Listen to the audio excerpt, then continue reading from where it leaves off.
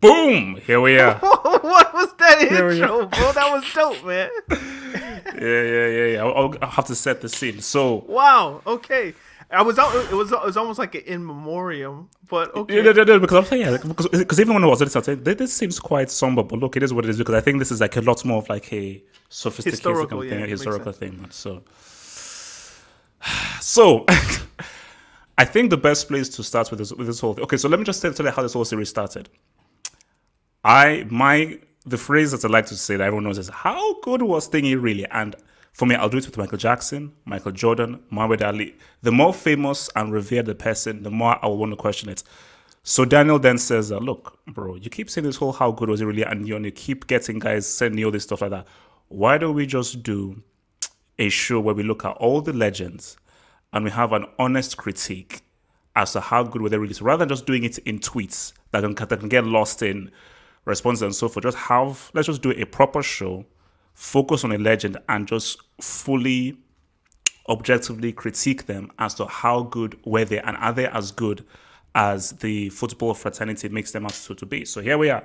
So this is, and look, we had to start with this one, which is Pele, and yeah, this is the idea. I mean, do you want to add anything more to sort of the logics of the show? I think that because we're simulcasting, I suppose, on the Half Hope Football Hut and also as well, like, so guys, please subscribe to the Talking Tactics as well. The YouTube link to the Talking Tactics, if you're watching on the Football Hut, is in the link in the description box below. So yeah, so that's the YouTube channel, but we've been doing the podcast since 2016. So how good is blah blah blah really? How good is blah blah blah really? This has been like a Half Hope kind of ism for the past few years. So I always just thought, okay, if you're gonna keep saying it, then we should actually probably like sit down and actually do like how good was ... really. And so 2021, I guess, is when we decided we were gonna do this. That way we could actually have like our faces out on our YouTube channel. So yeah, this is the first few. We already have it mapped out. So Pele, Maradona, Zidane, R9, Cruyff, Beckenbauer, obviously not Cruyff, but Have Hope's Horsemen will be the first few that we do. And then from there, I'm thinking maybe we do a Twitter poll and we give people like three options maybe, and people they can then vote on what we want to do. These are going to be every other week. That way we have time to actually do proper research. And so we don't run out of legends too quickly. Like I told Half Hope the other day, like we do 52 and then we get to 53 and then we're like, okay, like how good is Jamie Vardy really? Like I don't want to get to that point. So we do want to take our time with this. And they're just kind of evergreen content. I think people 20 years from now, if they're watching YouTube, should be able to look at this and get a good picture of what Pele was or just what we thought about Pele. So yeah, how good was he really? I'm not sure how I feel about the he in there because it's gender pointed, but hey, who knows? Maybe one day we'll do a how good was Mia Hamm really? How good was Brandy Chastain really? But how good was Alex Morgan really? Would be actually interesting. But, Alex Morgan. But I have opinions that I might not be able to say on camera. But I won't be able to say anything, but moving swiftly in that. So how I think the best place for us to start with this is what is a perception of Pele before all the research. So again, I looked, because I already knew some stuff, but I read up more extensively some stuff and I watched video footage. I watched some video footage. I watched video footage, some of the goals. I watched his entire showreel of the 1970 World Cup and also just reading a bit of a background and history upon him. So let's just say my thoughts on him before doing the research was, okay, first of all, he's not that impressive from what I've seen. And that is a key thing that we'll get into. From what I've seen and in the video footage, I don't know what the big deal is because ever since I was born, I knew about Pele. Because again, my very first World Cup was the 94 World Cup that Brazil won. And Pele was there to give the cup to Dunga. And there was a big deal about, Pele. I was like, wait, who is this guy? Who is this guy that people all read about? And they just hear about Pele. And I was like, okay, so if this guy is so great, if I see any footage of him, this guy should be doing crazy things and everything. But the stuff that I saw of him did not live up to the kind of discussions and the hype that was said about him. So I've always felt that, okay, he's the ambassador of the sports. People revere him, and I was like, but from my perception, from what I've seen, I never saw what the big deal was. But what's always lingered in my brain is, why are all of these old white people talking about him? And that was just a question that lingered. I don't think he's that. I didn't think he was that great. What I've seen isn't that great. I wasn't of the time.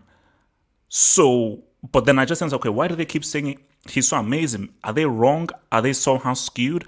Did they fall under the kind of hype at the time? So yeah, it was just lots of questions. And there's also sort of just been this mystery as to why has this player been made the custodian of the sport? Why is he the Muhammad Ali, the Michael Jordan of the sport? Why is just the accepting him that Pele equals football in the global sense? So yeah, that was just my thing as to questions and mystery as to the player that I've seen footage of isn't as great as people make him out to be. So for me, I don't know. It's almost like I imagine there's a saying that there are certain people who are like a part of the furniture of a particular institution. So let's say if you're at, I don't know, Manchester United, they'll have a kit man who's been there for 40 years, or a cafeteria lady who's been there for 30 years, and they're a furniture, they're an installment, like they come with the house or whatever the case may be. I think when you get into football, you walk into the house of football and Pele's right there on the couch. Like, he's the first person you meet almost. It's just like, well, here's Pele. He owns the house. He built the house. Everything in the house is because of him. So yeah, that's him. And I think that's probably how I got, well, I guess maybe just the World Cup in general is like how people really get introduced. At least that's my story. I think your story as well. You even brought it up in your intro. And you can't really have a discussion about the World Cup without a discussion about Pele, at least when you get into the historicity of it and all that kind of stuff. So, yeah, Pele is just always around, even though I'm sure a lot of the people that are watching this, and I'm 30 years old, I can't give away Half Hope's age. But I'm older. That's all you need to know. But, you know, we weren't around in 1958, 1962, 1966, 1970, etc. But we are still given Pele as, no, this is the guy, right? And he's the legend. You know, the GOAT, as it were, the greatest of all time. The more that GOAT has been, I don't know, just kind of made popular in just everyday discourse. We have multiple GOATs, you know. Zidane's a GOAT. Maradona's a GOAT. Pele's a GOAT. Ronaldo's a GOAT. Messi's a GOAT. We have two GOATs at the same time, even though GOAT stands for greatest of all time. Not the greatest. Yeah, greatest. It's the greatest of all time. And we have multiple of those, even though it's a singular thing. Pele is that. At least this is the perception we get before we do research or whatever the case may be. And who knows, maybe our research has confirmed the sentiment. But this is something that you're given ahead of time. It's I would compare it almost to like religion, in a sense that, like, if your parents are Muslim, if they're Christian, if they're Buddhist, if they're atheist, if they're whatever, you're born into that, and that's what you get. You might not even question. So Adam and Eve, woo, you might not look into it too tough. But that's just what you're given. And I think as people who digest football and consume football, Pele's the first thing that we get. So my story isn't too different from yours. Just questions, but also kind of like this acceptance of just, if everybody thinks it, it must be true. So, because I have a place that I'd like to start. Do you have a place where you'd like to start? No, not necessarily. I think I can go anywhere you go, but let's check it out. Okay, I want to start with futsal. This is one of the interesting things I learned. Yeah. I want to start with futsal. So, one of the, and I think this is just one of the things that I read that was interesting, was Pele saying that. So when he played indoor football, this was one of the first beginnings of futsal. So anybody who knows what futsal is, it's 5-on-5. I believe it's played. Well, it's also It's indoors. indoor football, but I think now you have it on the beach. I think it'll be played on the beach, but really, it's indoor. It's 5-on-5, and Well, it's I think based. there's beach football and then there's futsal. I don't Oh think yeah, the two are the it's just same. futsal. Yeah. So, and what? And remember, this is now. If it's correct me if I'm wrong. This was Pele around 14, 15, 16, I think. And he said that the fundamentals of futsal and just what that was about really helped to develop his quick thinking on the ball and be able to react quickly to things. And especially when you look at the footage of what Pele was doing, you can see that he was thinking very quickly. And again, one thing that you read with people, because I think it's always very key to read excerpts from what people say because we don't have much video evidence, is people say, one of his greatest strengths was anticipating the opposition and what the opposition players would do, which would make him to evade tackles and drift past players. So that for me was very interesting because I don't know how many players in general have a futsal background, because a lot of players, okay, you'll come through because this was, I always use this example. So Rooney, he ran this tournament with these young kids, and it was all kind of indoor football stuff and everything, similar to futsal. And these guys were really, really good. And they interviewed this one kid. They said, "Yo, why don't you do 11-a-side?" He says, "It's not fun. That this whole thing is fun. 11-a-side isn't, because they take the fun away from 11-a-side." And I think why. He always says, okay, why are Brazil the pinnacle of football? Why have they won 5 World Cups? Why are people seeing that as the best? Maybe it's because of the kind of core principles they've taken from futsal. Now, you can't directly be a futsal player and be an amazing football player. They have to adapt and tweak things because 11-a-side is way more complicated than futsal. But from what Pele said, there are certain skill sets and certain things you take from futsal, similar to Ronaldinho, that those things can really help to develop your game. So I think for me, that was an interesting thing. Because I think the key thing is that the footage that I saw of Pele was, now this was before I did the research. Footage I saw of Pele was okay. He scores there, shoots there, blah, blah, there and everything. Because I remember, because I watched let me go ahead. So from what you see, it's this ain't Dino. This ain't, Robinho. This ain't this kind of stuff. But then when you now hear that he did futsal, I now look extensively at the stuff that he's done, and we'll get to the animation as well. You're oh, wow. No, this guy was doing some pretty crazy things that definitely correlates to futsal. Xbox 360 footage he's going to show us. So yes, but yeah, so no, it's I had that written down in my notes because I thought you were going to structure it in a way what did we learn, but I don't know if I could. Where did I have it? He was an accomplished futsal player as a teenager. The sport was relatively new, but the close control and quick thinking required in tight spaces probably gave him an advantage over players who had never had the experience of playing indoors. So that's what I wrote down when I read that. It was Wikipedia, but but yeah, the idea. Falcao, apparently the GOAT.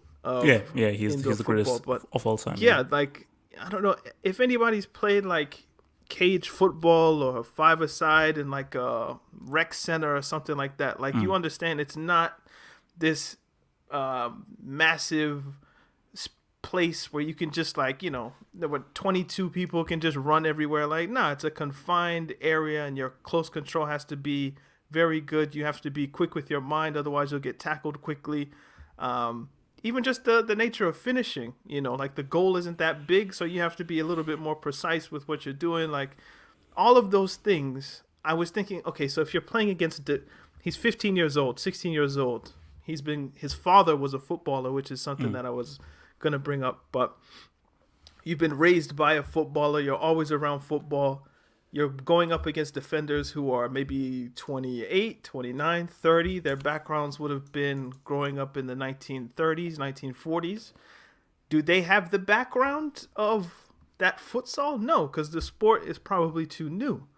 So that, for me, when I read it, I was like, that is the key to the.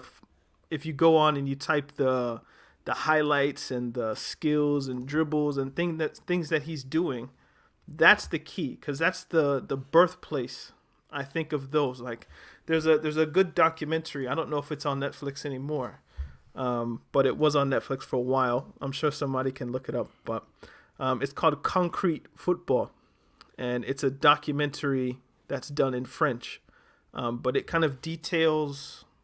There's players like Mahrez in it, Sissoko's in it. No, I don't know why, but Dembele, Ousmane Dembele, basically all the footballers who grew up in the banlieue or the suburbs of Paris. There's no grass necessarily, so where people play is in the street, the concrete.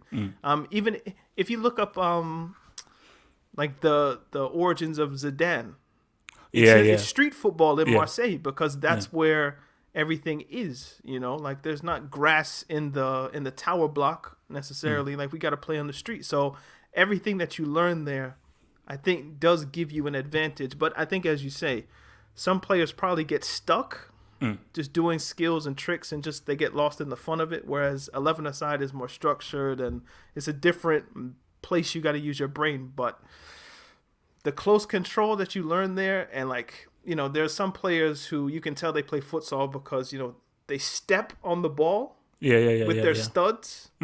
That's not something they necessarily teach you in like a regular footballing place, is to step on the ball. But that's it's a futsal trick. So you see the hints of that in Pele's game. You see, just even again, look, I'm not some kind of professional player and everything, so it's just of my very limited experience of playing cage football and playing 11-a-side. Because you see, you always look at, why do players like teams like England not to do well, and why do they look so inferior to like a Spain and Italy or a Brazil? Because I think that when you play cage for football, the ball has to be on the ground. Because it's such a small space for you to play in, it forces you to be a lot more intricate. And again, it's about stepping on the ball, moving the ball in between people, several more triangles and so forth. Now, when you now go into a wider space, because the space is a lot wider, you have to now think much more about your positioning. And think much about, now this is when I should do a skill, this is not when I should not to do a skill. But still, if you now bring in those fundamentals you learned from cage football and from futsal, it helps you when you are in a tight space.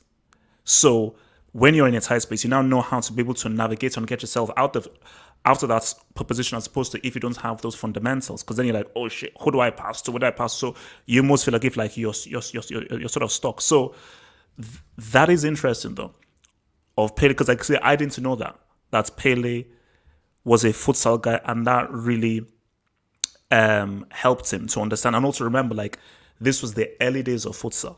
That's the key for me. That other people, because he's so young, the professionals that he was going against wouldn't have had that experience. Nope.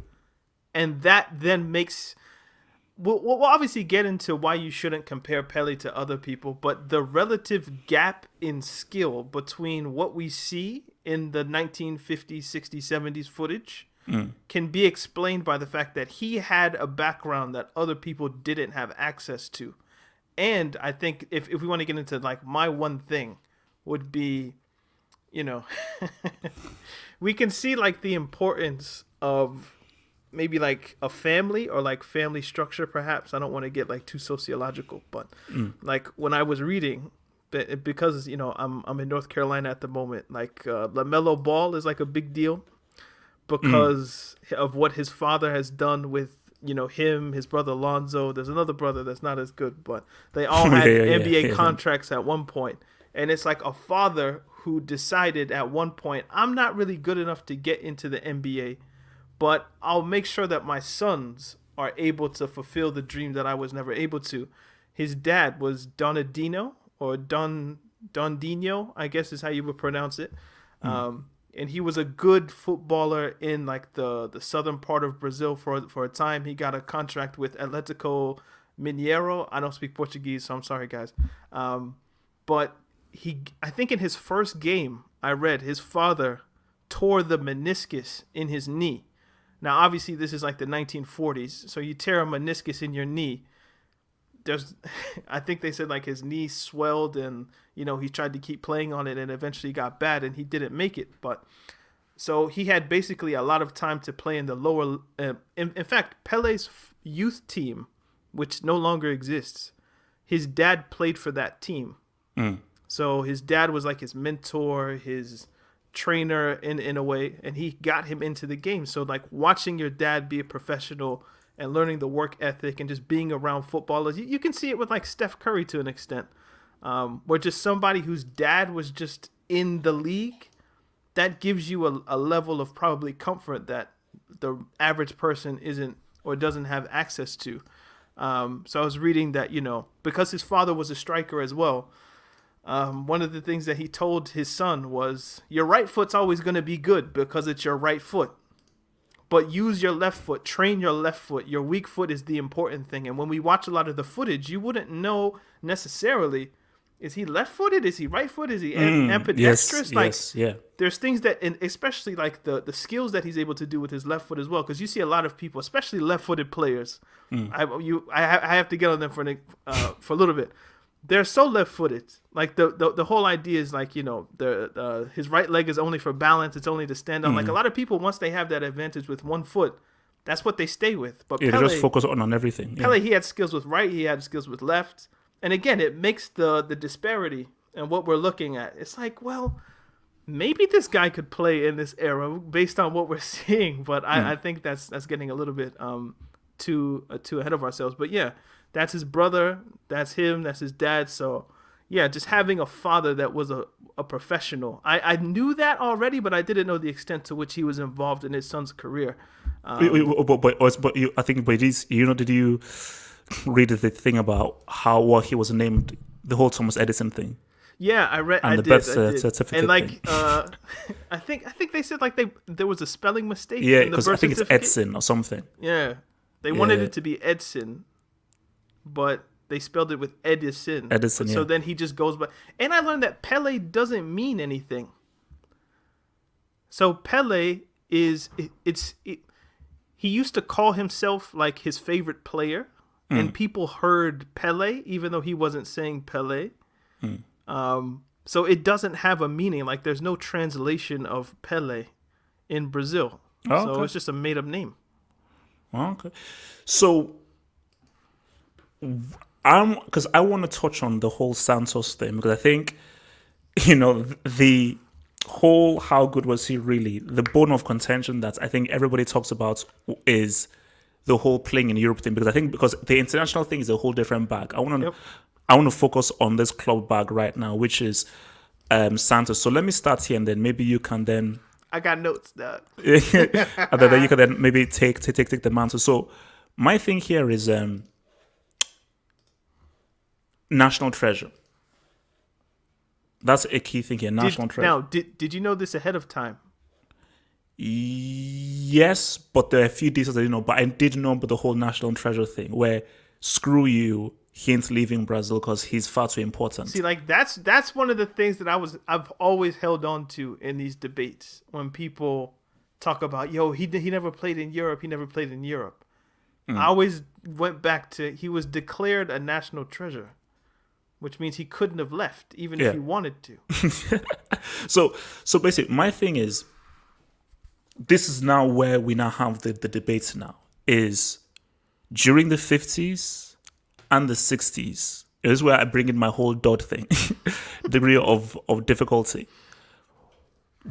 What was the highest form of competition at this time? Because see, people say, oh my gosh, you never played in Europe. Yeah, because you're talking about in freaking 2000. Yeah, Corinthians and Flamengo in 2000 or 1994 are not amongst the very best.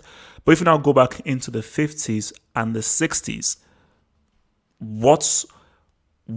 which team housed the very best players? What was the top team? Which was the highest competition? He has the jersey on. of the best team in the 1950s and 60s. He's wearing the kit right now. So my thing is, because obviously maybe you can obviously touch upon like which had the highest form, but the very fact that he was named as a national treasure and he was becoming much more iconic. And I even read as well, and I think this might be because I think so. Moratti, I think, is the current Inter president, and there was a guy called Moratti at this time because Inter literally had a contract to buy him. And then when Santos said no, screw you, national treasure and everything, they basically ripped up the contract. So he was very close to joining Inter Milan around I think the late 50s or the early 60s. But my thing is,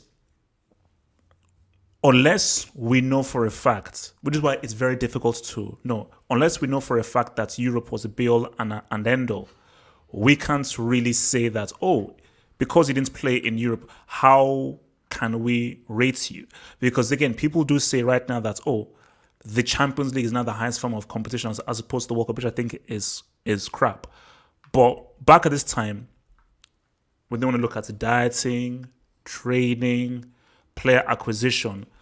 The club game was not as sophisticated or as developed in the 50s and 60s as opposed to 80s, 90s, 2000s, and from what we have today, you know. But no. That was interesting as to how he. Just imagine that. Imagine if a country saying that you actually can't leave. That you're a national treasure. So you're no longer a human being. You're like a thing. You're an object. So it just shows how, I don't know, is the word prodigious? How much of a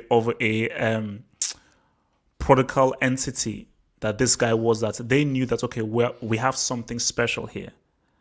And I think for every country, you want something that sort of like attracts you towards it. So I think because they knew that they have something special, like, no, this goes beyond just everything. We have to keep him within the halls of Brazil, because this puts Brazil in the headlines. This puts Brazil in the news because, oh my gosh, who's this Pele? Who's this Pele guy? Where can I see him? Oh, you can see him in Brazil for Santos, Brazil. So it's attracted to them. You see, I don't know if I want to jump a point to get somewhere, or if I need to go back to come forward. So I think I'll go back to come forward. So, are you going to have like a section on like World Cups? Oh, yeah. Okay, so maybe I'll just jump forward, and then when we talk about World Cups, I'll go backwards then.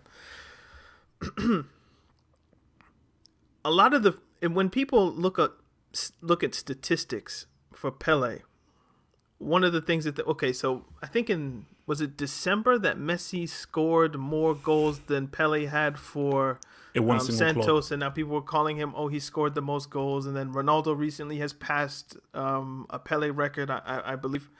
And a lot of Santos came out and was like, no, the guy's actually scored like 1,090 something goals or whatever it is. And people are like, you're counting friendly goals. Like, how can you count friendly goals? Imagine if we counted Ronaldo's goals against some 6th division Portuguese team when, Sporting were just trying to get their fitness for the whatever season it would have been. When you look at Pele's statistics, you'll notice something quite interesting. And that's when he reaches his prime years in the 60s and 70s, he plays less games for Santos. And you have to ask yourself, why was Pele playing less official matches for Santos, but he was at the peak of his powers for all intent and purpose? Why is that? It's because, kind of building on your national treasure, Santos knew they had a national treasure in their team. Pele was now, after the World Cup successes, and he's scoring goals in World Cup finals at 17 years old, or whatever the case may be, he becomes a global superstar. Perhaps the only person more famous than Pele at that time would have been Muhammad Ali or somebody like that. We need to take this show on the road. So instead of playing league games, they would take their best teams and they would go play in Italy for 4 or 5 games. They'd go play in Czechoslovakia for 3 games, They'd go play in Hungary for a few games. They'd go to England for a few games. They'd play in France for a few games. And because Santos were considered the best team in the world, they had multiple World Cup winners on their team, which is a point we'll get to when we talk about the World Cup.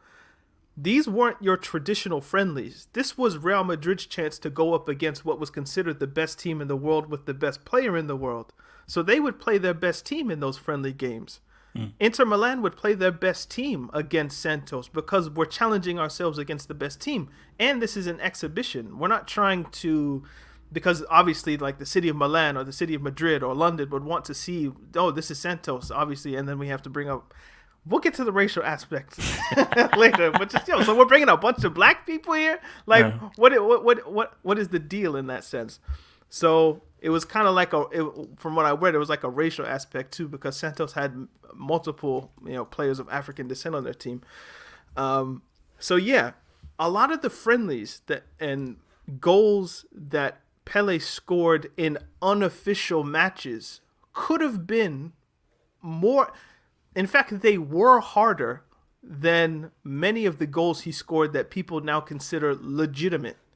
Because Brazil works in two phases. There's like the regional championship, and then there's the countrywide championship, at least at that time. I'm not sure how it works now. But the regional championship that Santos would have been playing in was far easier because they're the regional teams that would have been in the Sao Paulo region, I guess. But going to play Madrid, going to play, the best teams in Hungary or the best teams in England or Scotland or France or wherever, that's harder than playing the local teams in your region. So, yeah, when people just say, oh, they were friendlies, he was playing against shoemakers and farmers and rice producers and all these kind of insults and whatnot, those aren't necessarily founded in truth. So, okay, but let me push back on that then. Oh, yeah. So, some people would say that even if those were friendlies, or no, so rather, even if that was an exhibition and this was a time in which, okay, Real Madrid wanted to prove themselves against this so-called national treasure, this so-called generational talent. No, it was against the best team in the world. Yeah, okay, against the best team in the world, but specifically against this special talent.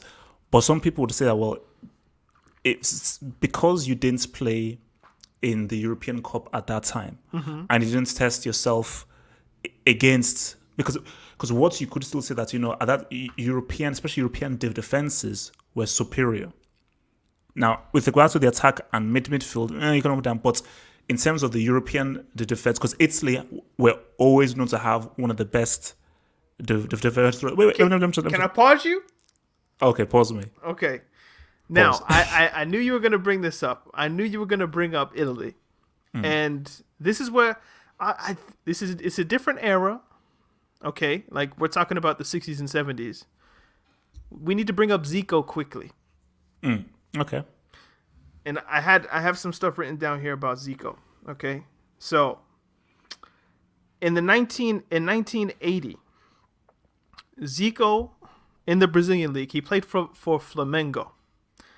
In 1980, he scored 21 goals in 19 games in the Brazilian league. 1981, injury, 3 goals in 8 games.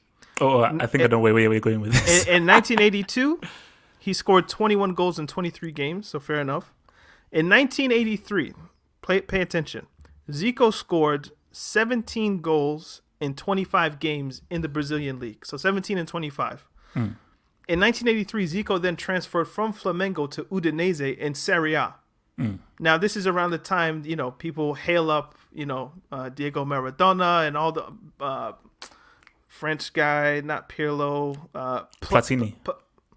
Michel Platini. Zico's, mind you, he's getting older. All those years, 80, 81, 82, he's getting older. His peak might have even been like late 70s. So he's 31 years old. He's coming off a season where he scored 17 and 25. He goes to Serie A, which, as Half Hope just mentioned, is one of the hardest places to score goals, especially in the 80s. And instead of scoring 17 and 25, he scores 19 goals in his first season as a 31-year-old in Serie A in 24 games. So he played less games but scored more goals in Serie A in his first season than he was doing in the Brazilian league. Which then begs the question, how is this 31-year-old in his first season in Italy against the so-called toughest defense that's ever existed, or the toughest defensive league, Serie A in the 1980s? How is Zico scoring more goals here than he was in Brazil? That doesn't make sense. Now, I've tried maybe to explain it by saying, so maybe Brazil was harder than Italy, and that's the easy solution. Maybe the footballing structure in Italy allowed for players to perform better because you're dealing with richer clubs. But even if there are legitimate reasons for why that would happen, he just had a better vein of form. He might have been taking penalties, whatever the case might have been. The fact that those stats from Udinese and Flamengo are so close, even though we perceive Serie A, especially in that time, to be a place where, I think we've discussed this on multiple times, like the idea that Maradona was doing what he was doing when you needed to literally commit murder in order just to get yellow carded in that league. Homicide. If Zico's performing in that league fairly well, then that must mean that the foundation that exists, and I mean, obviously we can, you can extrapolate and people can have the discussions whether or not they rate Zico's game more than Pele's or whatever the case may be, but the foundation of the Brazilian league must be pretty strong if players coming from there are doing better in Italy than they were at home. So when people always bring up this like, Serie A, like if he would have played for AC Milan and this and that, Zico, at least that first season, makes the case that what if Pele would have been better in Europe because of the economic and socio-economic ideas or just situations that would have presented themselves in a place like Italy rather than a place like Brazil. I think that's something we have to kind of question. Like, obviously, it seems like blasphemy. You think Pele would have scored more goals in Italy than he would have in Brazil? Can't be. But going by that one season of Zico, it did make me question, what if he would have benefited and done even better in Europe than he did in Brazil? It's just something to think about. Now, I don't know if it would have worked out that way. See, my thing is, but Zico could be instructive. No. I mean, no. It is interesting. Like, what someone would say. See, you can look at that in two ways. One person can say, too small a sample size. Too small a sample size. It's only one player. What does that mean? Okay. Maybe his playing style was just perfect for that one season, and then people will say, we've all said about one season wonders. Now, what would they have done second, third, fourth season? That's what one person would say. But another person would then say, what if the standards in the Brazilian league in the 60s, 70s, and 80s was as good or better than Europe at that time? Because see, when people use that critique against Pele, even if they will want to deny it, they are using it from what the football landscape looks like right now. Which is dumb. Yeah, because the Brazilian league is nowhere near the standard. Because think about it. The football landscape has changed. There's more movements now. We are much more we're living in a much more globalized world.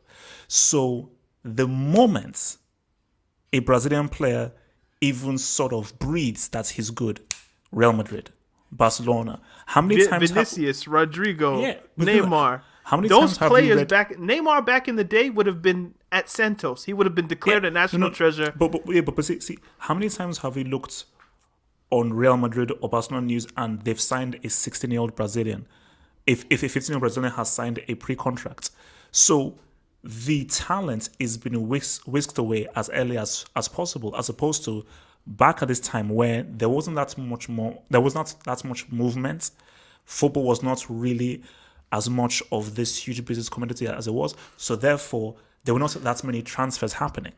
So Brazil could keep it, because here's the thing that you cannot deny. Naturally speaking, Brazil more times than not produce the best players, talent-wise. That's just a fact. So if you now combine it with the fact that I thought it was Nigeria. Nigeria as well. Nigeria as well, easy. So it's Uganda. I've checked. Okay, I'll say this here. So, if you just look at the fact that less movement, less transfer, so Brazil were able to keep most of their talent, and moving to Real or Barcelona. See, moving to Real and Barcelona wasn't sexy or the thing to do in the 60s, 70s, or 80s. But right now, it's the thing you now do. So also, like these tours are part of that reason why the landscape changed.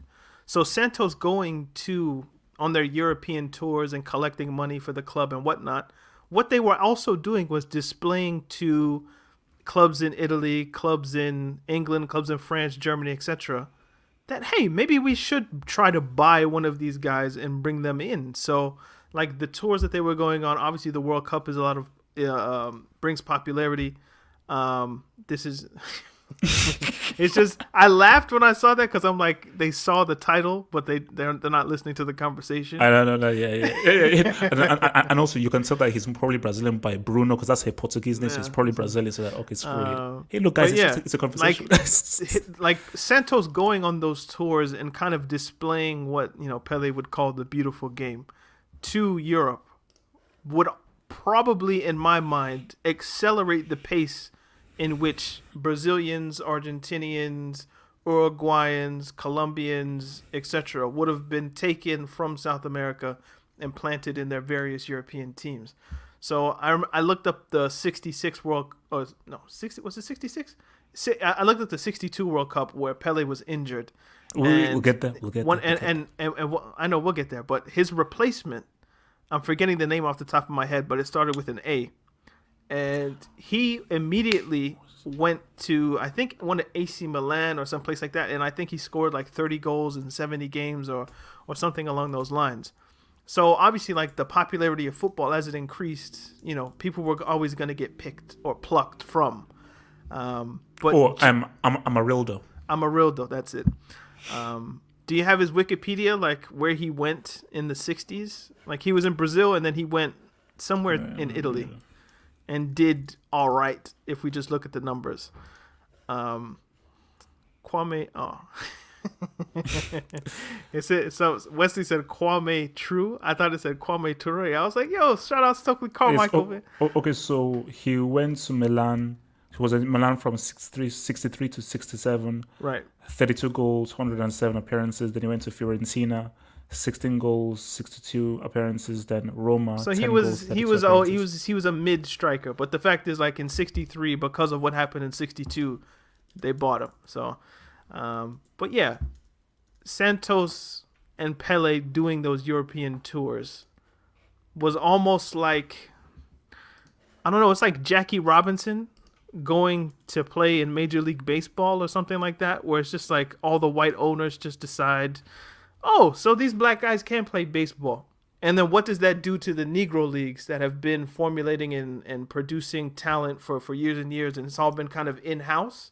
So the Josh Gibsons and the Satchel Pages and all of the legends that were playing Negro baseball, they were all just there because of segregation.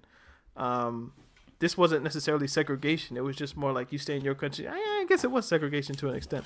But yeah, Santos going on those tours, Pele just, being the most popular person in the world, perhaps. It started the ball rolling on, let's just go pluck some 15-year-old from some favela somewhere and see what he's got. Yeah, I mean, you see, I'll be real with you. I never, talking about how good he was, goals conversation, I never put much stock into the whole goals arguments.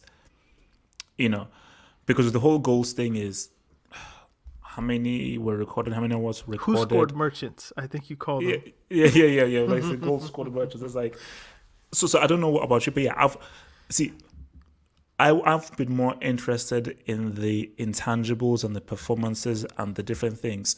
So I never really put that much stock with regards to the goals scored. And maybe this is a nice segue into another point I want to make. So 1,000 goals, 3,000 goals didn't mean anything to me. It's the types of goals that he was scoring. And this goes to a point that I think will be a recurring theme here, which is why it gets interesting, this debate.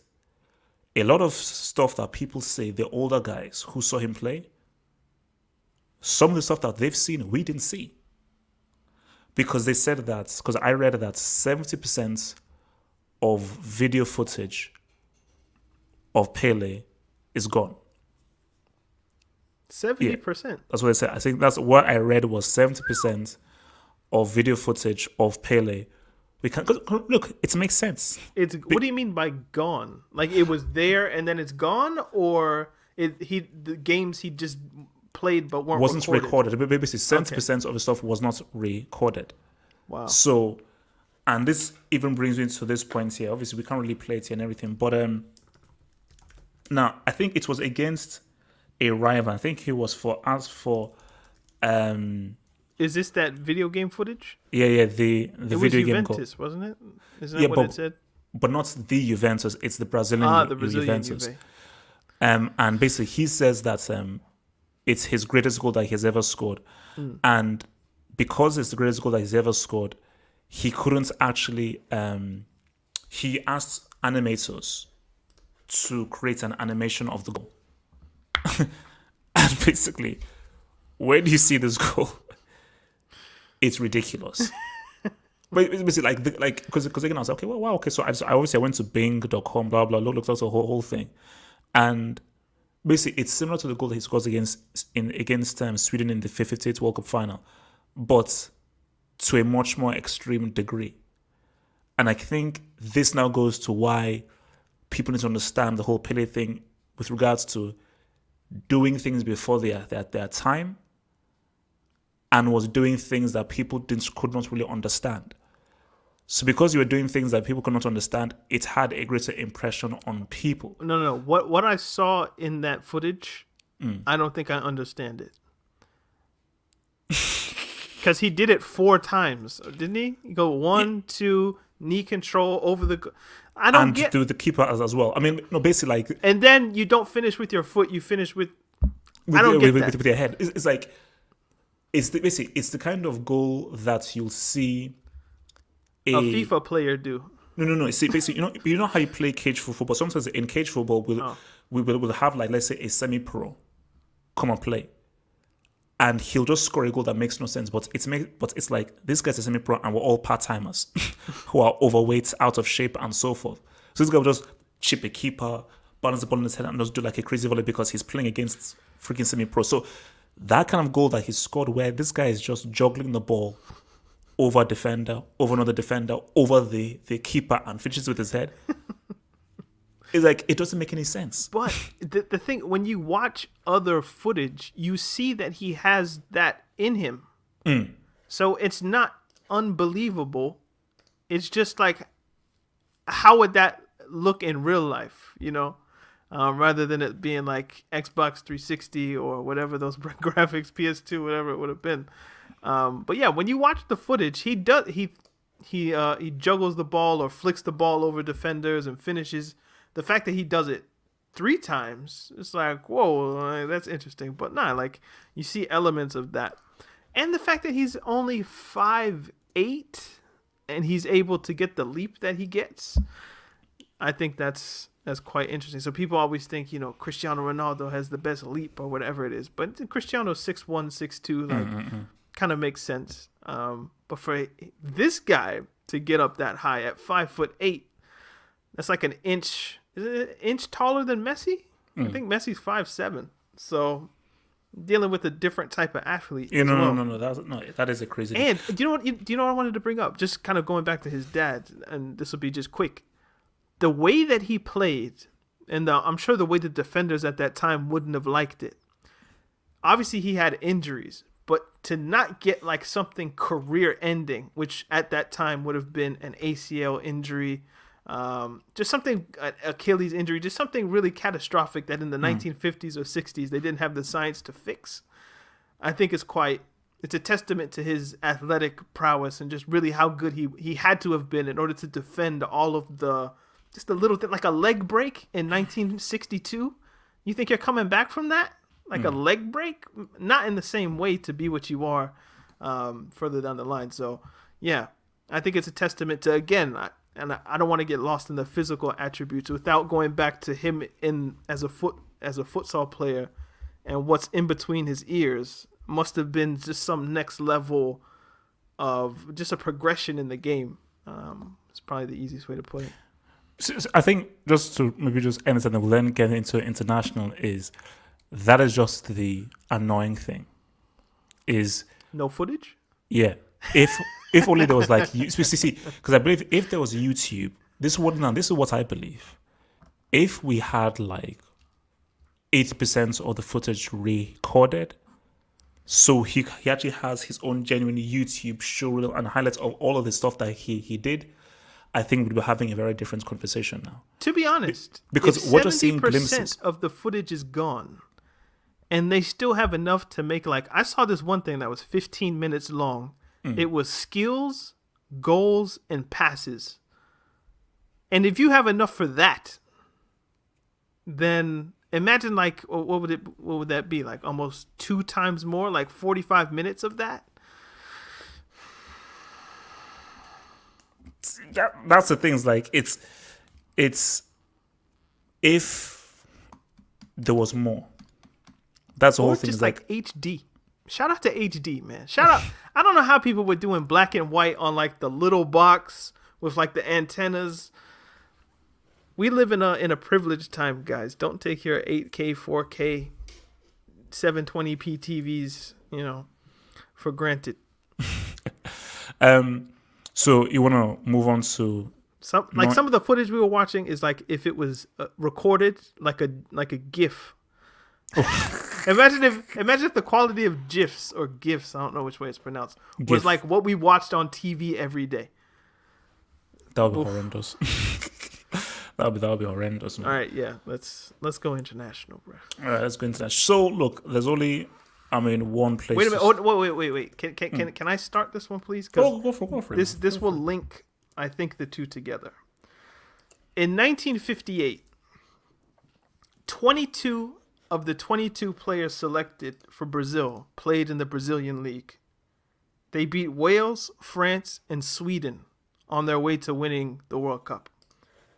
In 1962, 22 of the 22 Brazilian players selected were Brazilian.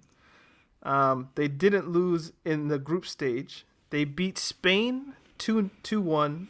They beat England, Chile, and Czechoslovakia to win the cup. So I count Wales, France, Sweden, England, Czechoslovakia, and Spain.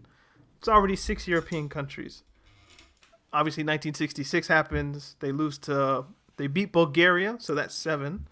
But obviously, and in 1966, 22 of 22 players are from the Brazilian league. So they're all playing domestically. They beat Bulgaria, so that's 7 European teams. They lost to Hungary and Portugal. Portugal had Eusebio, so a little bit of Eusebio's interesting. We need to do Eusebio. Yeah. No, we do. So but 66 didn't go well for Brazil.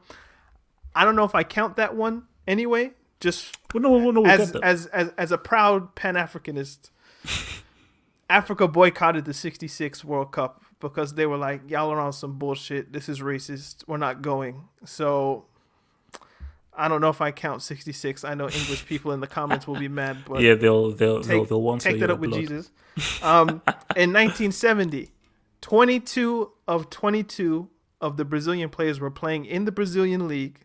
So basically, all of the World Cups Pele went to, all of his teammates and himself were playing for a Brazilian club.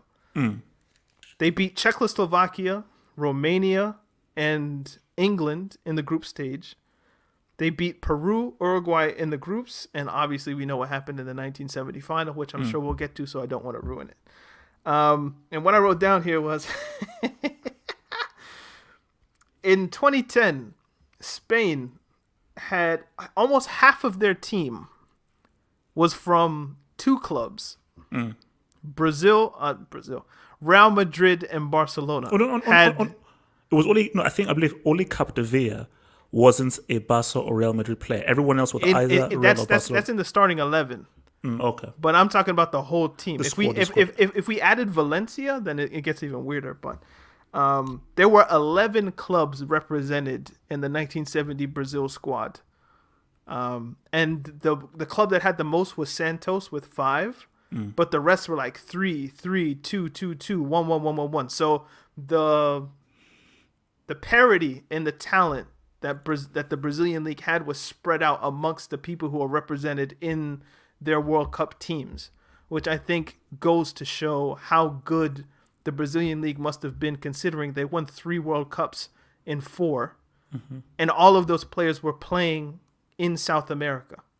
So I think that goes to the point. But obviously, I know you want to go back to 58. So let's go. No. That is a very interesting point, because it's like that just shows the competition. Because if all of our players are playing in the Brazilian league and we can still say what's up and still get that ass, why do I need to move to Europe? Because as opposed to it just shows that those goals that Pele was scoring in South America, even they hold some weight. How would I put this? Even if you want to detract from it, just because you can't comprehend that Europe isn't the seat of power in football at a particular given moment in time, if you can't fathom that, at least understand that if you just can't see something above Europe, then Brazil is level with it. So Pele's numbers are comparable, at least, if not even better. Here's the key thing. Okay, let's bring a bit of racism here. Let's just say slight racism here. As we say these points, you can see the very Eurocentric view that you're having, which is that you're so stuck in Europe being the center of everything.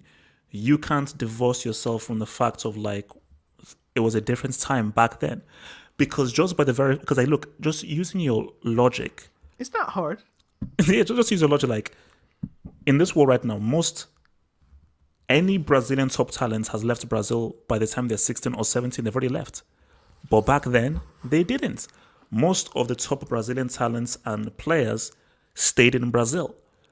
So if you don't have the very best of Brazil, which we know produced some of the very best, as you've seen from Rivaldo, Ronaldo, Ronaldinho, Cafu, Roberto Carlos, Marcelo, and so on and so forth, then Europe can't house the very best talent. When you can see that Brazil, because I'll get to 666, because an argument can be made that Brazil should have won 4 World Cups in a row.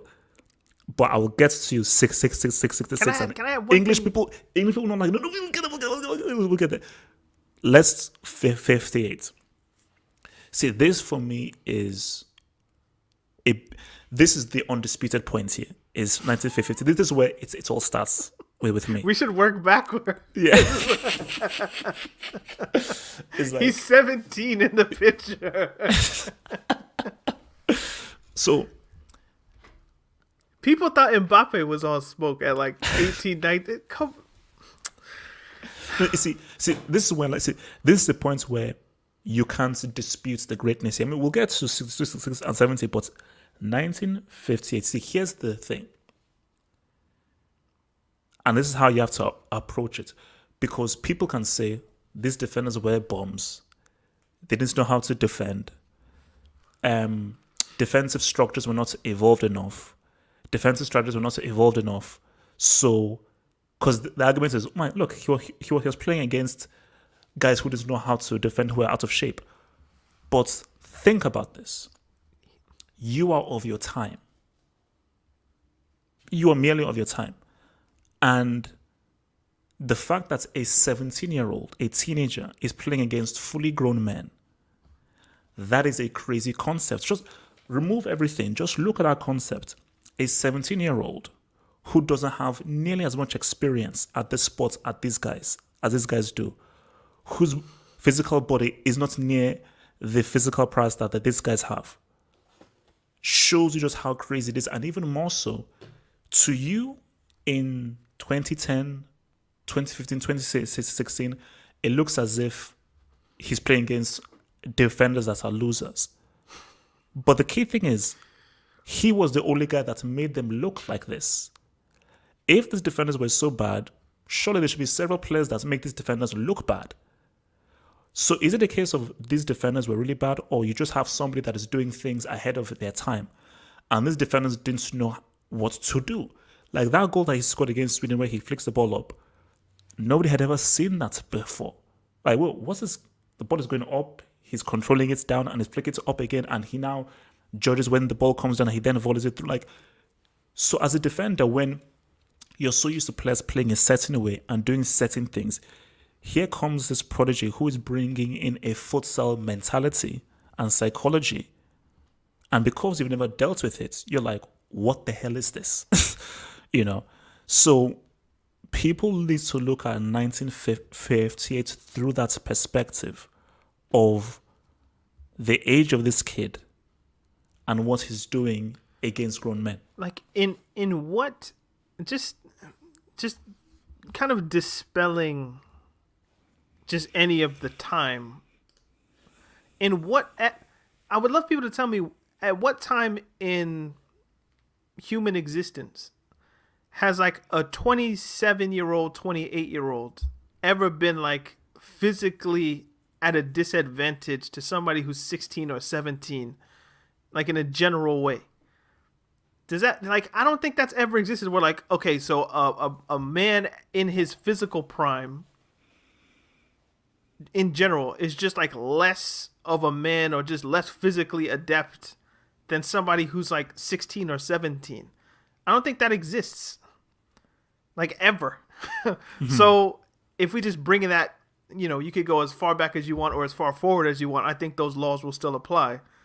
If we just zoom back into 58, the idea that this 17-year-old is able to do things to people in their physical prime, that has to hold weight just on a human basis. Like, the guy that's running after him is probably 24, 25, 26. He probably has a decade on him. But he's still, like, he's dribbling past him. That guy's chasing shadows. I know he is. He doesn't make the tackle in this picture, I guarantee you. And the guy behind him, he's like, God damn, like, I can't get there. And, like, Pele's teammate is just like, go on, man. Go on, boy. So, yeah, like, you can think of rare instances. Cassius Clay, Pele, Mike Tyson, even like Usain Bolt when he went into the 2000 Olympics. And I think it was in Athens in 2000 or maybe 2004. Like, even he lost races. He needed until Beijing in order to be at his physical peak in order to take people on, like in his 20s. Like, it's like, yeah, like there's never in human existence been a time where you would pick the 17-year-old to beat the 27-year-old who are both professionals in the same thing at a particular given physical activity, unless the 17-year-old is on a level of Mike Tyson, Cassius Clay, Pele, Mbappe, but not so much. And the people in the comments saying Tiger Woods, that's golf. Okay, golf is not a sport; it's an activity. But that's a different. Yeah. Nah, that's a whole other debate. How good was Tiger Woods really? And the 2000 Olympics was in Sydney, Australia. 04 was Athens, right? Yeah, 04 was Athens, yeah. So now, let's come to this. Now, this is where we now have to Tyson have was robbing people at like 11. What a bad person, man. Look, Tyson was different. That's a whole other ball game. So, okay, now this comes to the ball of contention. So let me ask you this.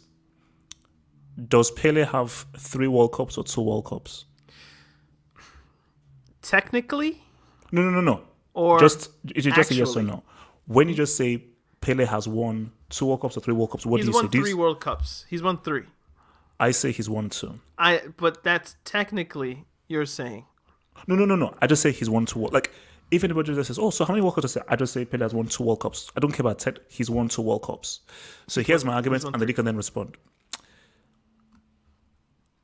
I do believe Pele is fit. They win it.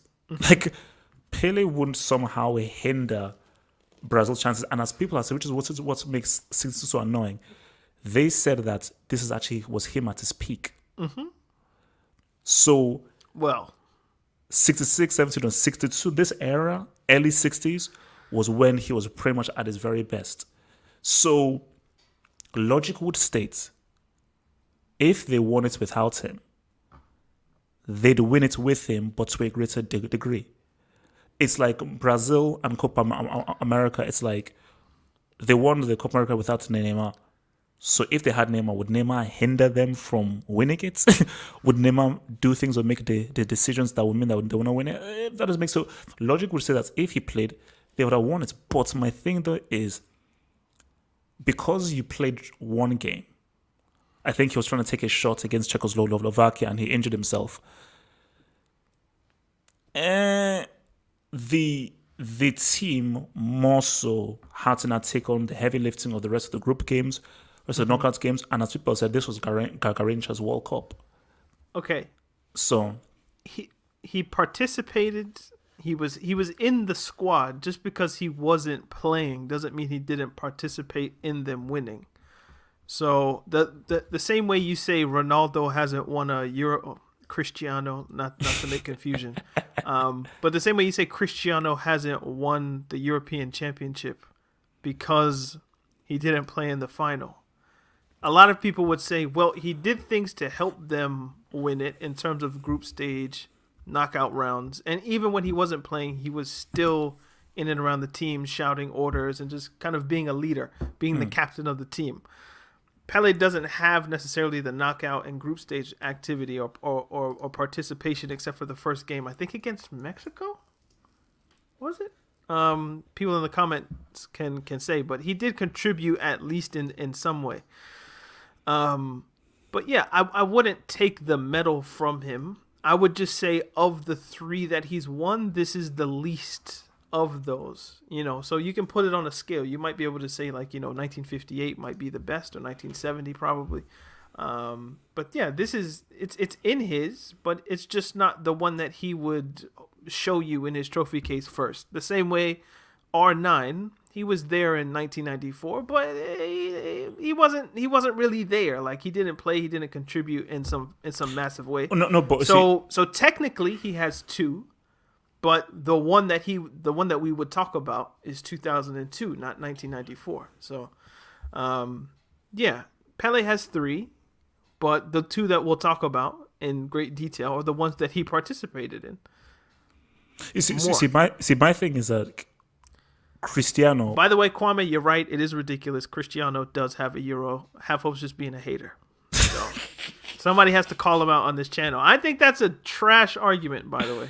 Because eventually there's going to be a player that gets injured in the final that you like, and then they're going to be stuck having to say, no, Hazard, he injured his ankle in the 12th minute in the World Cup final. He participated, the group stages, the semis, the this, the that, but he didn't help Belgium win the final, and then you're going to be between a rock and a hard place. So I think you just should give Ronaldo his credit, if I'm honest with you. And you know what? If you gave Ronaldo his credit, maybe that would unlock all the bad juju that you have with players that you rate getting injured, but just me. Moving on very swiftly. No. But what I was going to say is that Cristiano definitely, I feel Cristiano contributed more to Portugal's Euro than what Pele did. So yeah, technically speaking, look, he has the medal and he played that one game. And logic would say that if he played, of course they win. He's not going to stop them from winning. But I just don't like. We can't know that though. We can't know that. So maybe Garincha did have to be the guy. That's also something you have to consider. Like, the absence of somebody could make the parts better in a way. Because like, we all have to step up. We're not just relying on one person. It has to be a group effort. The talisman isn't there, so let's step up. So who knows? That's, again, you made such a beautiful point. Football is so complicated. 1 + 1 doesn't always equal 2. You say, oh, he's the best player in the world, then they'd win. But maybe by him being there, they play differently. And by playing differently and by an opposition having tactics for him, which is what we'll get to in 66, maybe that throws up and makes the team much more dysfunctional. But then you now remove the whole Pele superstar. He's the guy, give him the ball, he can do everything. You now take that out of it, and now you now have much more of a greater team. Maybe that greater team is what makes them effective. So we can't. So we now come to this now. But he has the medal, and he claims it. So. Bro, I'd claim it. Okay, so 666. Now look, I think people realize that let's just take this nigga down, man. Pretty much. like I think that was the idea. The guy's like, look, man, this black dude is too good. Let's just break his legs. And I think that's what Bulgaria and all these dudes did, because I think they realized that, okay, this guy, he's too good. And this is the crazy thing that happened is that, so basically, I'm sorry, Gatlock. I'm sorry. wait, see, I can't remember what game it was. So it was a game in which he was pretty much injured. Mm-hmm. But because you could not have any substitutions, or I think they run out of subs or something of the matter, he had to actually play, and he actually limped all the way through. I really believe Brazil would have 4 World Cups in a row if Pele was fit. That's my crazy argument there. You see, I've always thought if they won in 66, would he come back at 29 in 1970 to win 4, or would he have just kind of gone into other things? No, he would have. No, but remember, what did he say after 66? He said that because he was kicked so badly and not protected, he said, I'm not coming back again. Because he was so fed up by the lack of protection he had. I said, look, I'm not going to kill myself with this if referees are not going to help me. So due to his frustration, he said, no, I'm done. And then he then had to be convinced to come back. I think if they win in 66, it's like, bro, I still feel good. I still feel great. Well, no, if they win in 66, well, are you saying if they win, it's because he wasn't kicked? I'm thinking if they win, it's despite them kicking the hell out of him, or just tackling the shit out of him. Like the same tactics would apply. He would just overcome them. He would still have the same feeling that, yeah, we won, but is it worth it? I don't know how to pronounce this word, but it's like Pyrrhic.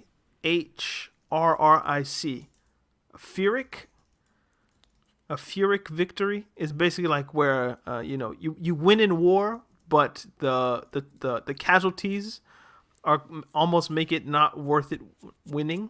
So it's like a Pyrrhic victory, I think is what it's called. Maybe that would have been what 66 could have been for Pele. Like, yeah, we won, but at what cost? But obviously losing. Oh, when you commented, like 2 comments came. Oh yeah, yeah. So would you so if he was fit, do you think they win 6-6, or you think England it was destiny for England? England. It's coming on. I don't know. Like this of the ones that I researched, this was the one I researched least.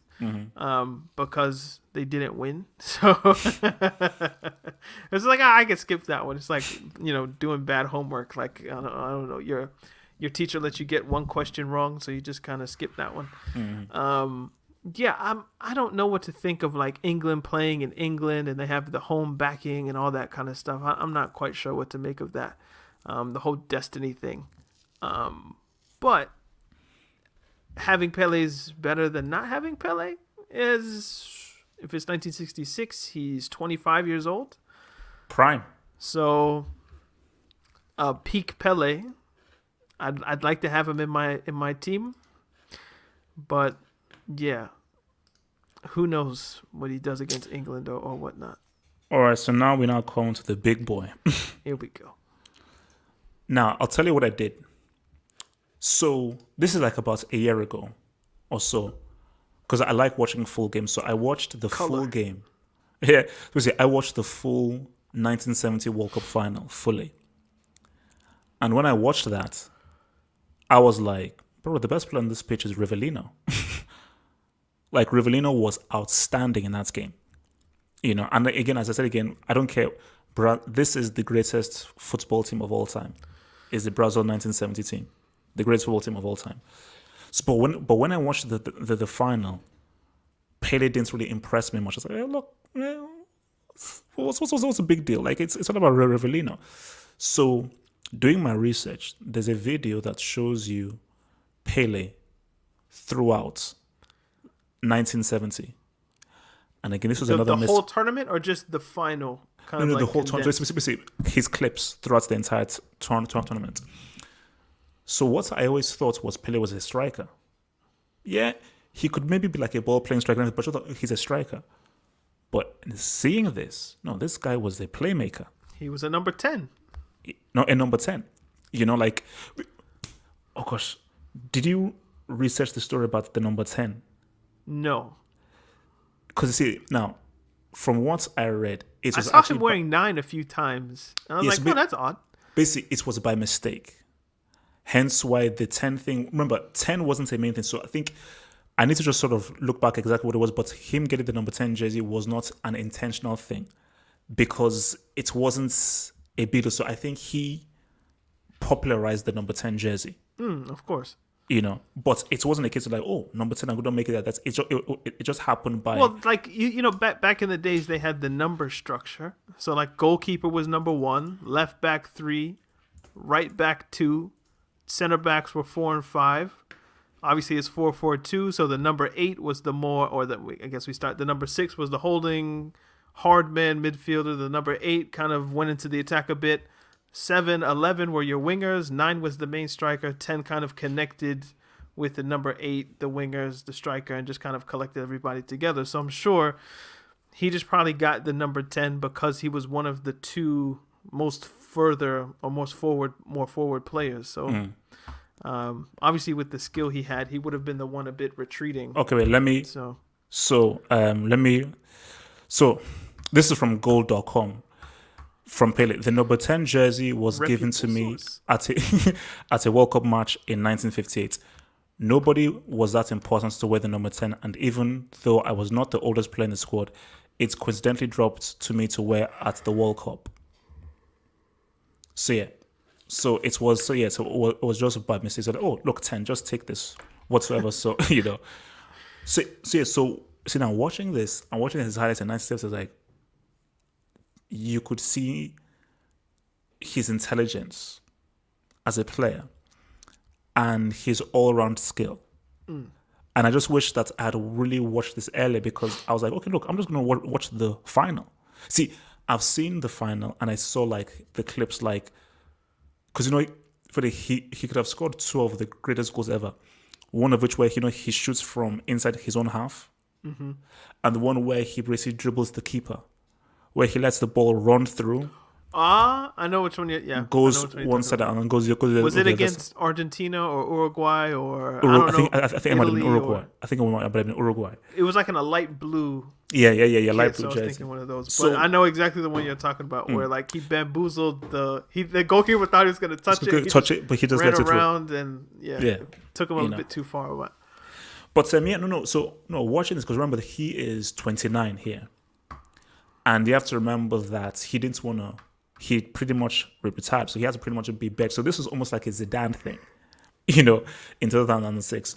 But I think when you look at the footage of him throughout that 1970 World Cup, you begin to appreciate just how accomplished of a player that he is and just how influential he was for the team. And I think they said something that he contributed to 50-something% of Brazil's goals throughout that tournament. So that's like Maradona type stuff from 86, where it's just like, without him, they don't make it. Yeah, you'll be pretty much screwed. Now, this picture, can I talk about why I like this picture so much? It's 1970. Look at who's being lifted up. Look at people's happiness, and look who's on the ground. Now, obviously, this is Mexico. If this was like South Africa or the America or England, perhaps this would mean a little bit more to me. But the optics of this, like the god has arrived, the beauty, legendary, and just like, you know, it's 1970. Dr. King was killed 2 years ago in this picture. Malcolm X was killed 5 years ago in this picture. Like the stuff that was going on in the world. I think the Mexico Olympics were 1968. And that was the one with like the Black Power fist and whatnot. It could have probably been in that stadium or somewhere near it. So, this this picture is always like, wow. This was the first picture I remember thinking, wait a minute. So Pele was So 1958, 1960, 1970, like this is like peak racism. Well, it's not peak racism, but this is some bad racism. Like peak racism is obviously like 1700s, 1800s, but like from the historical context that we understand today, like this is like the civil rights movement. This is like what's going on in the world at this time, and people are still peak racism like is this basically black slavery man. times. Peak racism is slavery times. Yeah, I but like in the modern context, I would say like the 60s is like damn, like this is like where you get all the civil rights leaders and whatnot, like not all, but like a fair few. So yeah, this picture and just the other pictures of this that final and them winning the World Cup, those are the pictures I looked at. I was like, you know what? For them to consider him to be the greatest of all time, there must be something that I'm not recognizing outside of just, like I said, you walk in the house, you see Pele, Pele's there, you just accept him as, the guy. But when you investigate, how did you become the guy then? That becomes quite interesting to me. By the way, I don't know if we want to get into this. What Pele symbolizes and who he is as a person are two different things. Oh yeah. Because we can look at, his selection of women that he chose for his life. If we look at the children who he accepted to recognize as his children in his life and the mothers of the people who he accepted as children, that's a bit peak. I'm sorry to say, Mr. Edson. If we've looked at what he said kind of in his older age about, black players should kind of just play through the racism, and we suffered through racism in Brazil, but we kind of played through it. If you bring it up, then you'll keep perpetuating it. We got some issues there. But I can kind of set that aside and just think about this image and think about what that would have done to people's consciousness at the time. By the way, in the 1960s, Brazil had like how would you put this? Like a military government. And so there was a black movement at the time, like an Afro-Brazilian movement. And a lot of people got kicked out of the country or they disappeared, as tends to happen in Africa in many cases. I think you guys know where I'm going with that one.